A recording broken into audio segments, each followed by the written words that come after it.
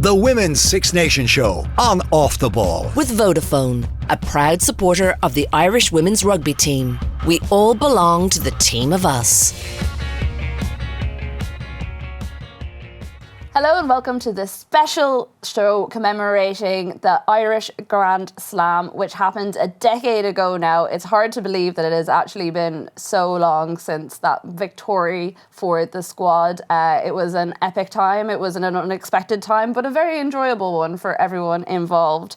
I am Kathleen McNamee, and to commemorate this special occasion, I am joined by two very special guests. We've heard a lot about this tournament from the Irish side of things, so we decided we would go a little bit further afield and talk to some players who played on the other side of the Irish victory. So I'm joined by former England captain Sarah Hunter and former Scotland international Megan Gaffney. Guys, how are you doing? Thank you so much for joining me and indulging us in letting us talk about a time when Ireland were actually winning and good at rugby. Yeah, good. Thank you for having me. And how are you doing, Sarah? Yeah, I'm good, thank you. It's nice to have a trip down memory lane, and I think it's really important to celebrate the successes of any team. So yeah, it should be a good chat. Yeah, no, I'm looking forward to it. I was watching back a couple of documentaries in preparation for this of that time, and I remember it so clearly myself. It was probably the first time women's rugby properly came into my consciousness in terms of, wow, we're actually really good at this. This could be exciting. This is going to be fun. And I think it's probably the first time as well that a women's team I supported actually achieved something in terms of winning a tournament or winning a competition. So it definitely set me down a path of being interested in sport and loving sport and seeing all the good that came from it. And I'm sure that was the same for a lot of people too. Just to give a bit of an introduction to the two of you for anyone who maybe isn't familiar. Sarah, we were both recently retired, but Sarah, you're former captain of England. You spent 16 years as an international, so definitely a very good person for us to have on now. 141 caps, which makes you the most capped English player. And then Megan, I mean, you were there for so many interesting parts of the Scottish development into the professional game and also part of the sevens team. And you have 45 caps and you debuted in 2011, is that right? So, yeah, a long time ago now. Yeah, so you're both great people to have on the show today. Just to ask you a bit, I suppose, before we dive into the actual Grand Slam and everything that happened, how were you both finding retirement? I'm really enjoying it. It's nice not to be tackled into the mud every week. And it's just nice to get the opportunity to do other parts of rugby. So going to watch games. I work for a rugby charity, so it's been really lovely to be able to get fully stuck into that and just not feel like you're constantly on the go and stressed all the time. So yes, I like it. And Sarah, you finished up there just at the start of the Six Nations, so you're a little bit more recent. Megan, you finished up at the end of the World Cup. How are you finding watching the tournament and not being involved as a player? I'm really enjoying retirement, similar to Megan. You're not in this like whirlwind of sort of professional rugby. You can take a step back and you fit so much more into your life and you have a bit more freedom. And it's nice to have been involved at the start of the Six Nations, and it's great to see how the girls are doing. We've got like a new crop of players in there, which to see them really excelling and showcase that their skill and their talent is brilliant. And they've made watching a lot easier by how they're doing so far. So yeah, just really pleased to be able to watch and proper fangirl them now, and haven't had too many moments where I thought, oh my God, what have I done? I've made a mistake. So that's good as well. Well, that's definitely a positive place to go into it with, because I know a lot of players have mixed emotions sometimes when they finish up. Sometimes there's the maybe not regret, but just the missing being part of something. And then there's other people that are like, nope, I like sitting back and actually enjoying this from the other side of things. The Women's Six Nations with Vodafone, a proud supporter of the Irish women's rugby team. We all belong to the team of us. So to bring you guys back 10 years ago, going into this tournament, obviously England and France had always dominated, like for probably the decade beforehand. Ireland weren't necessarily in a place, I don't think, where many people were tipping them to go on a run. They had obviously had that really good win the year before against France and Po after some horrendous conditions to actually get at the game. Megan, do you remember what you were kind of thinking going into that tournament in terms of who to look out for? So that was my first Six Nations tournament, and the game against England at the start was my second cap. So I was still pretty new to it all and just soaking up what it was to be an international athlete. I was really lucky with the girls that I was playing alongside, had a lot of experience. So I was trying to pick up as much as I could from them. But to hear the way that they would speak about players on other teams, that's when I was a bit like, oh, this is really serious. These are the best players in the world that we're playing against. But I was very green, just there, didn't really know what I was doing. But what a way to start your international career. Yeah, it must have been a tough tournament to have as your first one, because you guys suffered quite some heavy defeats. I think there was 2 matches that finished 76-0 and there was only 3 points scored over the entire tournament. How was that for you coming in as such a new player and experiencing such heavy defeats? I think, well, I didn't know any differently. So I was able to keep quite an even head on it and think, oh, this is what it is and how do we get better from here? I mean, that's not the only year that we had results like that. But when you are being beaten like that, there is only one way to go, and that's up. So just sticking together, working hard, and over the last decade, we've definitely started to turn that around. And Sarah, for you, what was the general atmosphere around the England camp? Because the Sevens World Cup was that year as well, and I think there was quite a few of your players who weren't there. So how was the atmosphere around the camp? Obviously, it was the World Cup for Sevens in 2013. So back then, there wasn't 2 separate squads. Then there was a sort of a mass exodus of our backline, which was frustrating, but it was understandable because that's what happened then. And it was the first. Katie Daly-McLean was part of that, and she was our captain at the time. So I took on that responsibility of leading the team, and it was just a real mix. We had a lot of new caps, so there was a lot of excitement. But also equally a bit of uncertainty to know just how we were going to go into that tournament, because we were off the back of winning like every Six Nations. Well, for me, since I'd been involved in 2007 was my first cap, and we'd won every Six Nations since then. So, it was like still had a bit of confidence. Like not knowing what was going to happen, and like I think Megan said, we got off to a good start. Against Scotland in the opening game and blooded a lot of new players, and it was mine and Joe McGilchrist's 50th cap, which was really nice because we'd got our first cap together. We hadn't played every game the same since, but it just so happened that we timed it that we'd get our 50th cap, and confidence was flying high after the Scotland game, and we thought, oh, we've gelled quite nicely, and then we flew over to Ireland and certainly got a reality check of just where that squad was.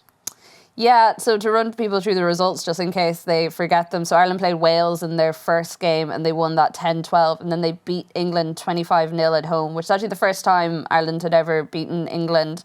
Then they played Scotland and they beat them 30 points to 3, 15-10 against France, and then a very tight game against Italy, which ended 6-3, very low scoring as well.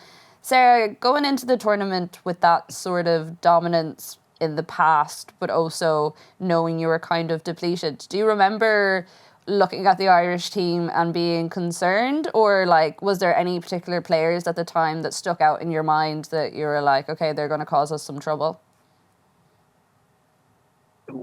Certainly we never underestimated the Irish then, and certainly that continued. We knew like it was almost a team that had been together like a number of years. You look through that list of players, and you've got Coughlin. Is that how you pronounce it? Sorry. Yeah, you're all good. Yeah. Some of them can be tricky. Sort of at the front, you had Link Cantwell, you had John Neville, Lee Briggs. The list is endless of these players that had been playing and growing together. So we always knew that it was a strong squad that were performing, and we knew that going to Ireland was always a difficult proposition, no matter what team you were going to face. And I just remember it, and still to this day, it was probably one of the toughest games that I've played in an England shirt. I think coming off the back of a good win, you go in with confidence. But I just remember that we weren't even in the game. I don't even remember getting into Ireland's 22. I don't think we even had a opportunity to put any points on the board, never mind being with a chance to be competitive or to win. We were comprehensively beaten by a very, very good Irish side, and I remember especially, I guess I'd lost the World Cup final, but this just felt like different in that sense. We'd been winners in Six Nations up until this point, and I just felt like this was a turning point of where teams were now getting closing the gap and becoming more equal. And I remember finding my mum and dad and just being so upset about losing, and obviously being captain of a Six Nations squad for the first time, and just being oh my God, this is my fault. This is what I'm leading the team to do. And yeah, I just remember sitting in the changing rooms for ages, not wanting to go to the post-match function. I was I'm not sure I can face it. It was just a very good performance by the Irish. Well, I apologise on behalf of the Irish nation for ruining your first captaincy, but you went on to do some pretty impressive things afterwards. I think it was 10 Six Nations you've won in your entire career, and 9 of those are Grand Slams. So I'm gonna let us have this one. Megan, for you, obviously Scotland and Ireland have probably had a bit more of a rivalry over the years than Ireland and England have, just because England have been, leaders in the game in terms of professionalism and leading the standards. What was it like lining out for you against that Irish squad? I've always really enjoyed playing against Ireland. The last couple of years, we've had some great battles that have gone down to the final play. But every time I've played Ireland, and particularly that game, they're just relentless. They're so strong and so powerful. And playing on the wing, I just remember being oh gosh, what's going on over there? And now the ball's in front of me, and now they've gone. And it was just constant. They did not stop all day, and they're just so confident in what they're doing. And I think for us as a squad at that time, as Sarah said, Ireland had a lot of players who'd been playing together for a long time. We were probably the opposite. We were sort of going through this rebuild phase post the 2010 World Cup, and we were just completely outplayed in every area. We did get our 3 points in that game, but yeah, it was just non-stop, and they were so skillful and amazing athletes. Yeah, it was interesting listening. You got Megan. It was interesting listening to a couple of the Irish team talking about that time and every game. They said for them the England game was the turning point, because obviously first time they'd ever beaten them, it was such a big deal for them. And then as the competition went on, they were almost kind of looking at each other and saying, are we actually doing this? Are we managing this? And Ali Miller talked about, I think it was in the final game against Italy, her dad had died a little while before, and just being on the pitch, and she was I should have been paying attention to what was happening in front of me, but I was just praying to him, being please let us carry this off, because they'd had such a difficult couple of years in terms of resources and in terms of results. Have you guys ever been in that sort of similar situation where you're in the middle of something and everything is going on around you, and you know how important it is, and you almost zone out in the moment, and it's only when the final whistle goes you're kind of brought back to reality, and you're God, we actually did it. We won the game, or we won the tournament, we won the Grand Slam? Yes, against Ireland, actually. in the qualifiers for the 2021 World Cup. So when we were in Parma, it was Ireland, Spain, Italy, Scotland. And it kind of came down to us in Ireland over who would get that last place at the repechage. And I remember we were playing Ireland and they scored first and we got one back and it was really close. And I just remember sort of 20 minutes before the final whistle just being like, this is going to be fine. Like, I just think this is going to be fine. We're not winning right now, but it's going to be fine. And then we sort of got a try back. And then a couple of minutes before full time, we got the chance to kick it to the corner. And we actually missed that kick. And I was like, this is still going to be fine. This is going to be fine. And then managed to score in like the 82nd minute, or whatever it was. And even standing watching Sarah Law take that final conversion, I was just like, this, like, we're going to do this. And it's going to be an amazing thing for women's rugby in Scotland. And it worked out. And I found myself like screaming, but I'm not really like that emotional. And, you're just like, who's that screaming? Oh, no, that's me. That's me. So yeah, that's probably like my favourite moment ever on a rugby pitch is watching Sarah Law take that kick. And it didn't really have anything to do with me, but just knowing in that moment what we'd achieved was so special. And what about for you, Sarah? It's probably it's not necessarily zoning out, but it's almost like time just doesn't, like, it just stops, like, and you don't know how it's happened, and it's probably not for like a positive reason. I think when you're in a game and things are going like really well, I find myself like really in the moment, like you're always in it. Like for me, it was probably 2010, that World Cup final, and we were only 3 points behind New Zealand, but it just, like, I remember being in the game and it was almost like we weren't in the game because we just couldn't get the ball. And I was like, I don't understand. Like, and it felt like the clock was stopped but keep going at the same time. It was just this really surreal feeling that you felt like you had so much time to try and get those 3 points, because it was only 3 points. It's like, well, you get a penalty, you draw the game, or you get a try and you're in front and then you hold out. But it just felt like we couldn't do anything. Like nothing was happening, yet the game was still going down. And I just remember like almost seeing the clock when it was like down to 10 seconds and it was like it was just disappearing. And with that moment of knowing that the chance of winning a World Cup was going, and it was just so surreal at that moment in time that it's amazing what moments in games can make you feel. And you just felt really helpless because whatever you tried, like it didn't seem like you were doing anything. It just felt like you were floating in sort of like midair while still trying your hardest to get the hands on the ball and change the game. So yeah, it's really funny what rugby does to you and sort of how you think in a game. Yeah, you're kind of brought back to reality fairly sharpish whenever the whistle goes, but for the time that you're in it, it's almost like an alternate world or something, I find, when you're on it. And I don't even think that's limited to rugby. I think for a lot of sports, it's probably the same thing. Obviously, we're here today because it is a decade since the Grand Slam win. And I suppose just like reflecting on that time a little bit, because Irish rugby, I think, the women said at the time going into that tournament, they were like, to really get people's attention and to get their respect, we need to win this tournament, or, we need to make a statement. And I don't think they probably went into it not intending to win the Grand Slam. That was just a little bit of icing on the cake. But it really injected, I think, a lot of excitement into Irish rugby here. Like I said at the start of the show, I remember myself, it kind of jolted it into my consciousness at the time.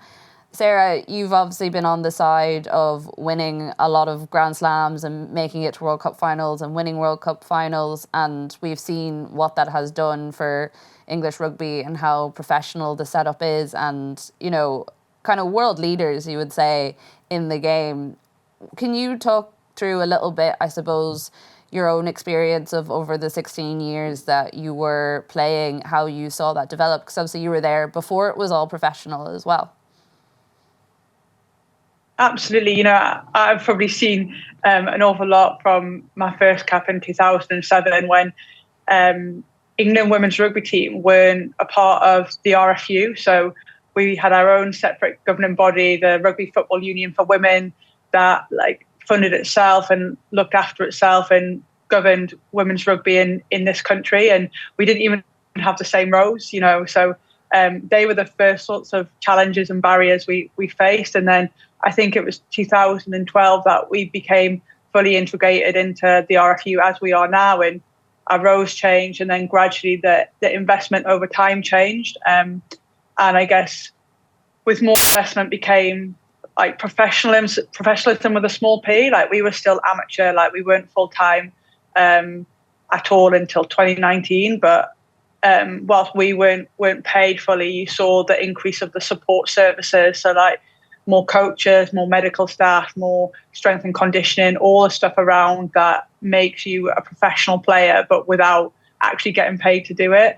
And then now we're obviously really fortunate that I guess out of all the home nations that play in the Six Nations, we've been professional the longest, since 2019, and since then I think I didn't think it was going to happen in my time, if I'm honest, but I feel really lucky that I've seen the transition and been able to call myself a professional player.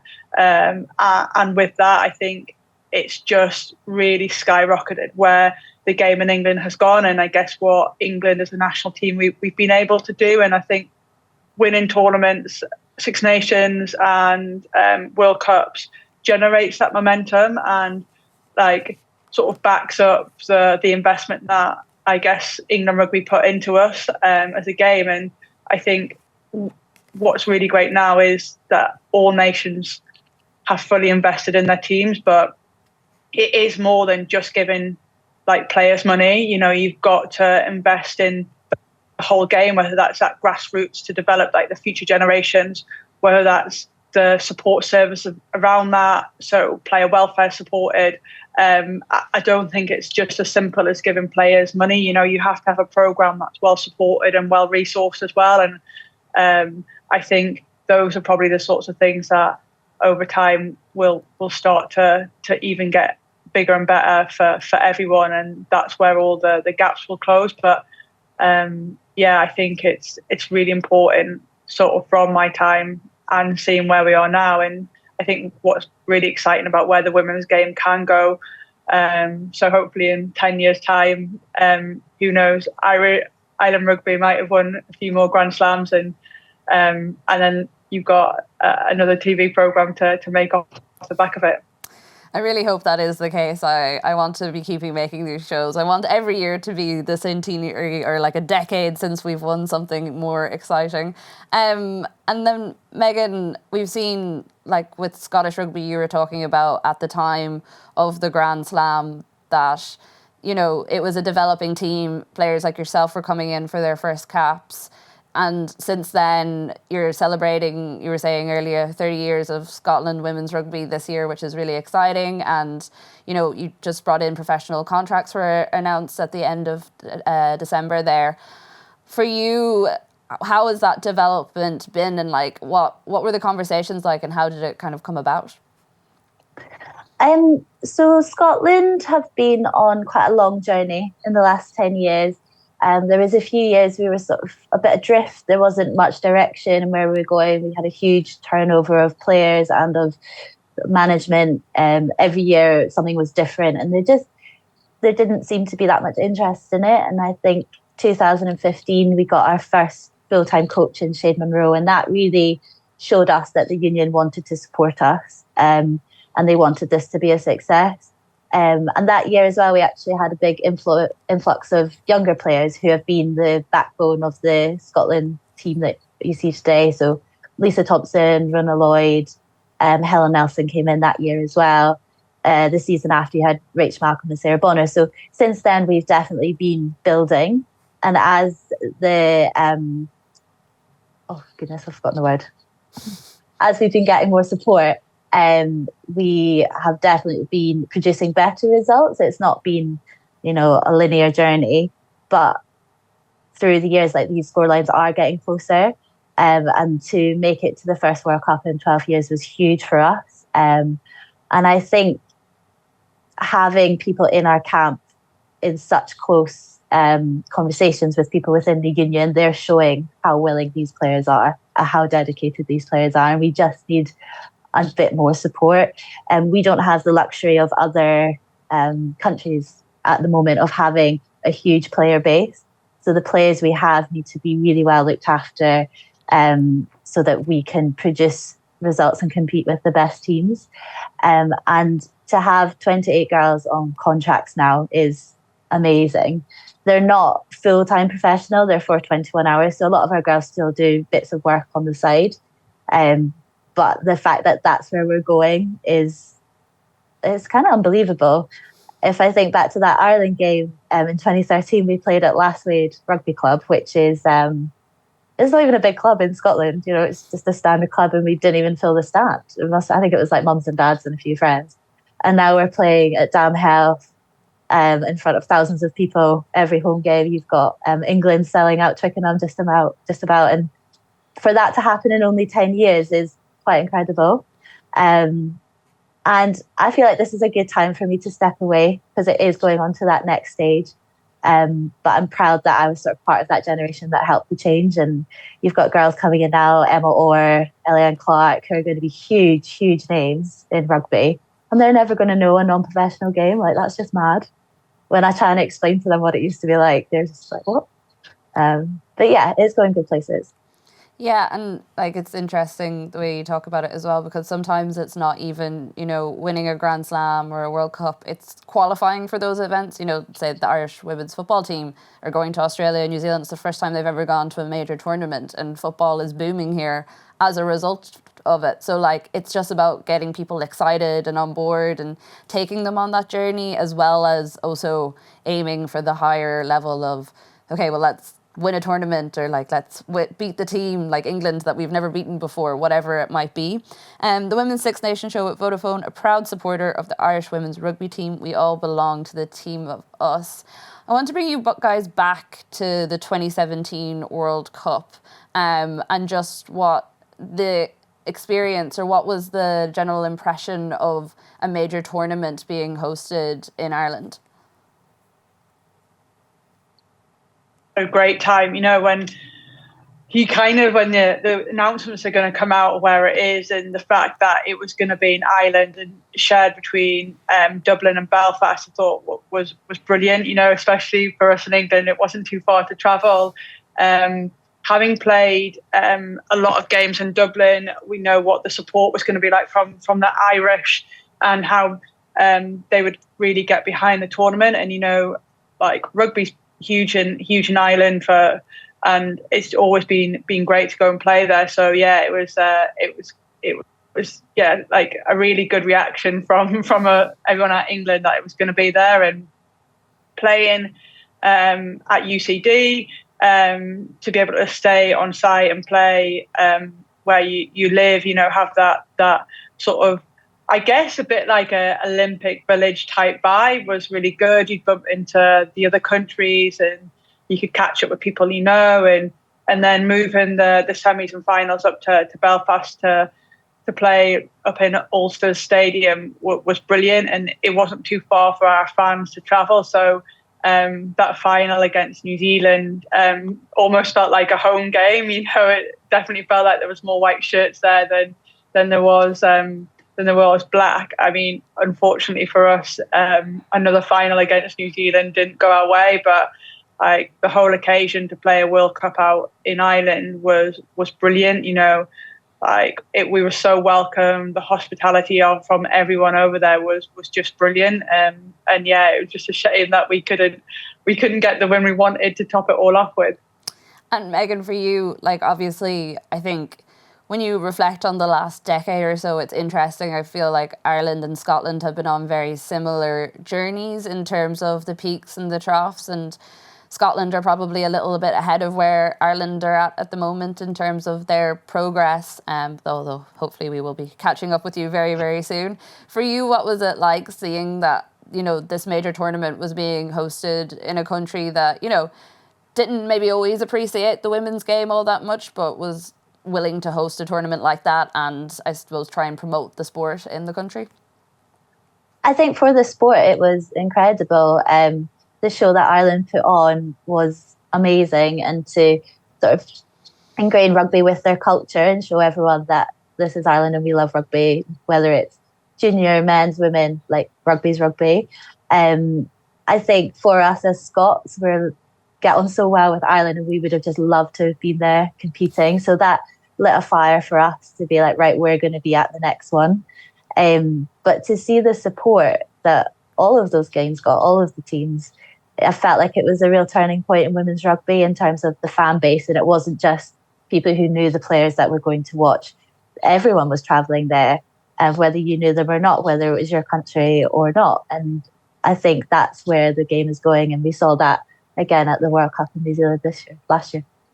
Yeah, the World Cup in New Zealand last year was incredible, and I know you talked about qualifying and Ireland being in that tournament, and I mean there was massive disappointment here that we didn't, and I think maybe in some ways that was emphasised by the fact that it was coming up to that 10-year anniversary of the Grand Slam, and when you look at this Irish squad, you know, a lot of the names that you guys talked about, you know, those were our stalwarts, your Fiona Hayes', you know, Fee Coughlin, Ali Miller. They're all gone and moved on to other things now. And there's a new generation that's coming through that's kind of, I suppose, trying to find their feet. And the fact that a lot of the good players are with the Sevens squad at the moment, and this new squad is trying to like gel itself together. Sarah, from your like experience of being, I suppose, in a elite atmosphere for so long, what do you think this Irish squad need to do to find their feet, and for the younger players as well who are coming into this setup for the first time? I certainly empathise with the Irish players that are playing 15s now, having been through it myself when maybe some of your key players are away with Sevens and that's their focus, and obviously you throw the Olympic Games into place now, and it's something that after 2014, you know, winning the World Cup, and then 2015 through to 2016, again, our players went off to prep for the Olympics. So it is a really challenging time, and it's a challenging time for the coaches as well. And I think from a player's point of view, and for new players coming through, it's just a focus on what you bring, like why have you been selected? What are you good at? Like, how can you ensure that you keep progressing and work on all the little things to make you a better player? And I think fundamentally, like, we look at teams throughout sport, and sometimes you don't always have like the best players, but if you can gel as a squad, a player squad, and you can have a real clear, concise game plan of what you want to do and how you want to play, sometimes, you know, you put in performance above where potentially your playing level is. And I think whilst you develop and you grow, and I think like this is a really key time for Ireland as they're developing these new players, they're developing as a new squad in terms of building towards, I guess, World Cup qualification for 2025. And I guess it's probably them sort of having a fresh start with, it's obviously been well reported about all the challenges that Ireland Irish rugby have had, and trying just to focus on that and the rugby side of things, and kind of not let other things that off the field, which sometimes are out of your control and that you can't make change on, but just to focus on the rugby and just try and really sort of gel together as this new team, and maybe take inspiration from that 2013 team. You know, there's some real icons, and they were, like we spoke about, they were a team that grew.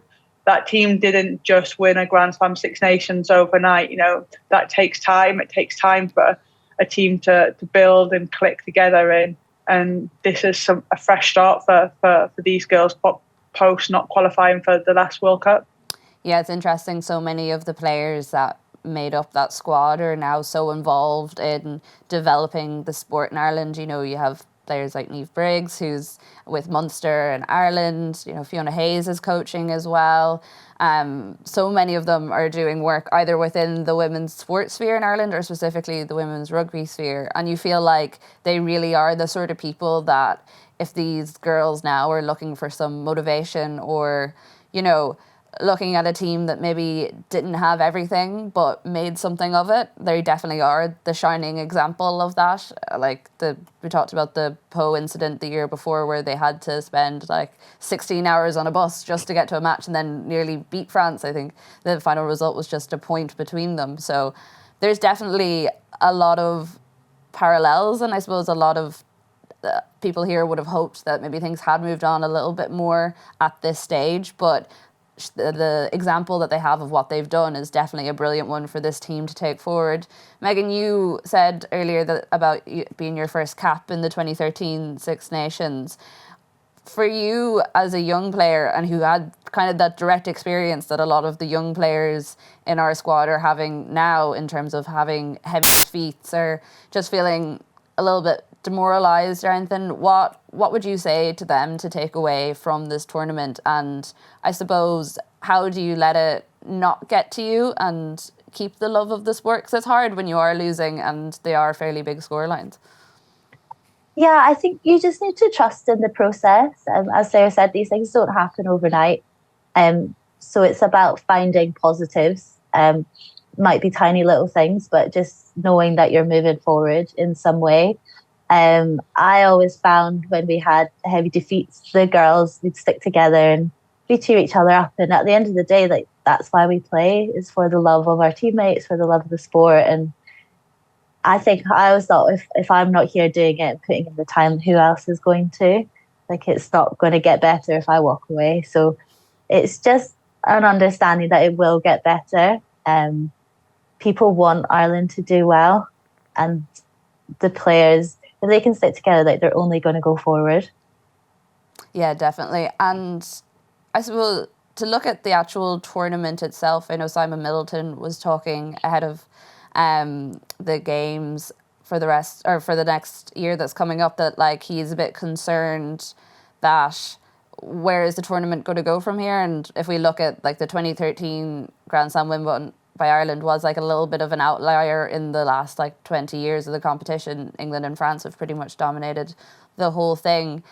Sarah, is that something that you would share the concerns of in terms of the competitiveness of the competition?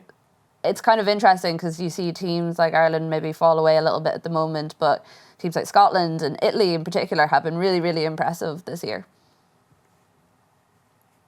I think it's probably more so maybe in terms of competing itself. When you look at, I think like there's a lot of games that are really competitive, and it's just about how, I guess, we accelerate that competitiveness throughout the whole tournament. Like you want to go into a tournament and actually not know who the winner's going to be, or who potentially the two challengers for the title is going to be.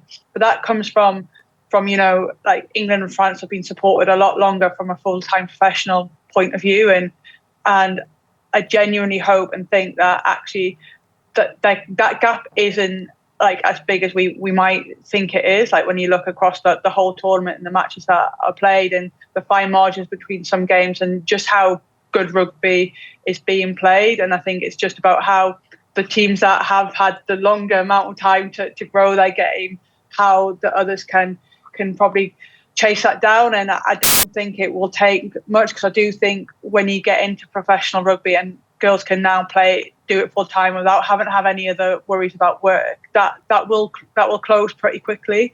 And I think that's the exciting thing. But I think the governing bodies, who probably are maybe a little behind in their professionalisation of women's rugby, it's about how quickly they want to chase that down and how much they're going to put into their women's teams to be able to close that gap. Because whilst you're investing in that, like England are continuing to invest in their women's game, they know that teams are going to get closer, that gap's going to close, they're going to get better. So ultimately they're going to invest more to try and keep that gap further away. So hopefully that's only a good thing to know that actually if we can all help support one another to make sure that we're funding teams and it's all round investment, And I mean that from like the grassroots end of the game. You know, we've got a great domestic league in the Premier 15s, like really good, which obviously a lot of players come and play in from both Ireland and Scotland and Wales, which is great for the game. But as Megan said earlier, like if you're to grow that depth of player and like the playing pool, like that has to be almost also available for the countries where those players are coming from as well. So I mean, we could probably talk for hours about where the women's game needs investment and how it needs to do. The positive thing is it's in the spotlight. It's been talked about, and you know now it's time for governing bodies to actually like back that up and go, well, actually we're going to have to put money in to make sure that we do invest from grassroots all the way up into elite end, because you might invest in an elite end team at the minute, but if you've got nothing to back that up and have succession and depth, then that's only going to last so long. Like it needs to be a real strategic long-term sort of plan and how they make women's rugby like even bigger and better than it already is.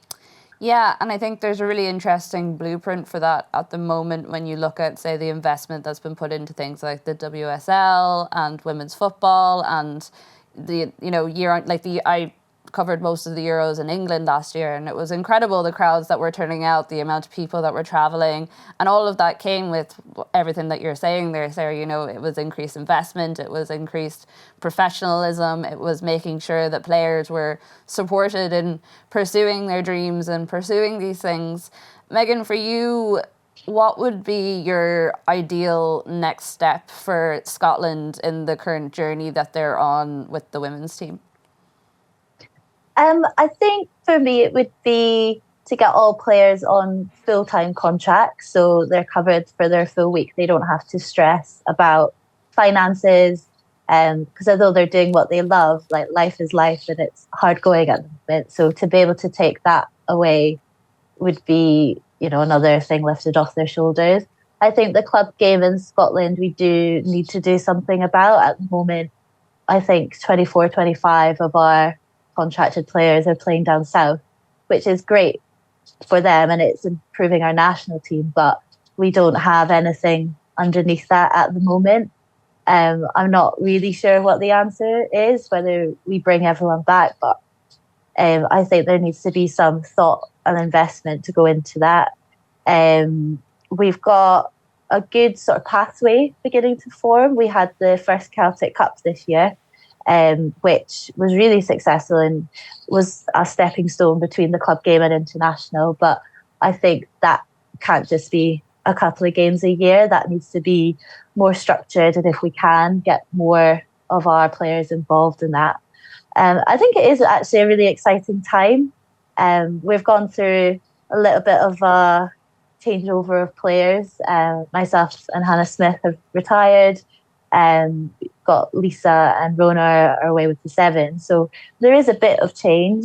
We've had a few injuries at the start of the Six Nations as well. And although the results haven't been the best we've ever had, they're also not a million miles away from where they were last year when we had that really successful team that qualified for the World Cup. So I think with such a young team who are performing as well as they are, that is good, that's exciting, and that's something that we can build on over the next couple of weeks and going forward. Yeah, it's interesting you mentioning the Celtic Cup there and like improving the links with the club and the international scene. One of the things that's been brought up a bit going into the Six Nations this year was like lack of game time for the Irish squad. And, you know, they had the Tour of Japan, which was massive and it was seen as like a really, really positive thing. But there was very little in between that and then actually going into the Six Nations. In terms of getting those competitive games, because like you both know, playing is how you improve, and having those, being in those situations where you are under pressure and you are under top teams, that's exactly how you develop as a squad. Sarah, what do you think the best way is to, I suppose, for you to go about looking for those sort of games in between your World Cup qualifiers, World Cup matches, Six Nations, to make sure that these players are getting the exposure? Because like we said, this is a very young team, it's a very unexperienced team. There's majority of the squad actually have less than like 10 caps. You know, there isn't really a lot of experience there at the moment. You're right, you know, you learn by playing, and especially at international level, that there's nothing quite like an international game. So to be learning in that environment is pretty tough. Megan, I don't know, do you have any thoughts on it? I would love to see a Celtic League. So a couple of teams out of Scotland, maybe the 4 Irish provinces and the Welsh regions, playing sort of in line with the URC type thing. So high quality games every week, which is what you're getting in England at the moment. I played for Loughborough for a while with Sarah, and then every week you're facing other internationalists. Like, it's really important that around those games, like, you form some sort of or tournament, you form up some sort of like maybe warm-up games that I know like teams have going into World Cups, but you know, you probably really need them going into Six Nations or WXV or some form of competition that's higher than the club competition the players are playing week in, week out, to just prepare them for what's about to come, especially as obviously the intensity and the competitive nature of the games increase. I think I briefly heard Megan talk about the Celtic League. I think that's great. I think how that develops is really intriguing to see. So, because I know Wales are in a similar position around, especially for those players that may not play in the Alliance Premier 15s, you know. So I think just IRFU having a real specific playing schedule for their players, that's really clear. It's really well thought out on a yearly basis. It's not rushed and thought, well, how are we going to get a game here or game there, you know. It's almost, you look at a World Cup cycle and go, right, where are our main competitions? Where are the additional games we're going to put in to allow players to get that experience, especially the young players who need vital international experience. I think for me that's where I would go if I was the IRFU. Definitely, and I think the points that both of you brought up there are very, very true, and that it would be great to see it happening. Even, you know, whenever I watch the Six Nations, I actually just would like to watch more women's rugby. You know, I want to enjoy the sport a bit more, and there's just not always a lot of it that's on or available. So if we had more of those sort of games that you're both talking about, I think it would be great. I have one final question for the two of you, and I'm possibly putting you on the spot a little bit here. But if you were to pick a player from that 2013 squad that you admire or that you respect, which player would you pick? You go first. So many within that squad, you know, what they did. And then I think, I mean, we haven't spoken about it, but what they then went on to do in the 2014 World Cup, you know, was largely based on their success in 2013. And, you know, like beating New Zealand was incredible. So there's so many players, but I think for someone like me, Lynn Cantwell stands out. You know, just the natural ability she was as a player, and I guess probably also what she's one of the, I think after the losing to 2013, Lynn dropped me a message.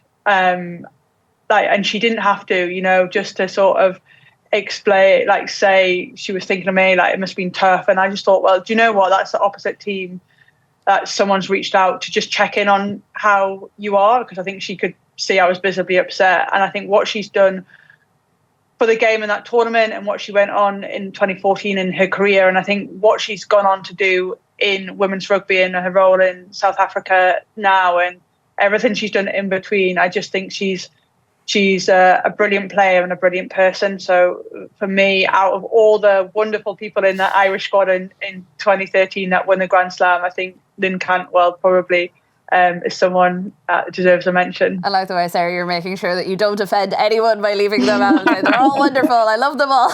And what about you, Megan? For me, it has to be Alison Miller. I just think she's absolutely incredible, and as a winger, she is somebody that I could only ever aspire to be as good as. She On that day in 2013, I was actually on the other side, thankfully. But I have been opposite her many times and watched her run past me. But you just, when you play against her, you're like, I need to get this right, because half a metre, she's gone. 1 second too slow, she's gone. And seeing some of the tries she scored in the most important matches. And she's just such a humble person as well. She's there for her teammates, she's there for the game. And I think she probably underestimates how much she's done for women's rugby as a whole. Well, I think you both picked two very good players, but as you say, there are a lot of players in that squad who are incredible, were incredible players and are doing great things for the game in Ireland at the moment. Sarah and Megan, thank you so much for joining me and having a little reminisce over the last decade. As you were saying, Sarah, hopefully we get to do something like this again soon, or in the next 10 years at least. We're talking about another Irish Grand Slam. The Women's Six Nations with Vodafone, a proud supporter of the Irish women's rugby team. We all belong to the team of us. The Women's Six Nations Show on Off the Ball. With Vodafone, a proud supporter of the Irish women's rugby team. We all belong to the team of us.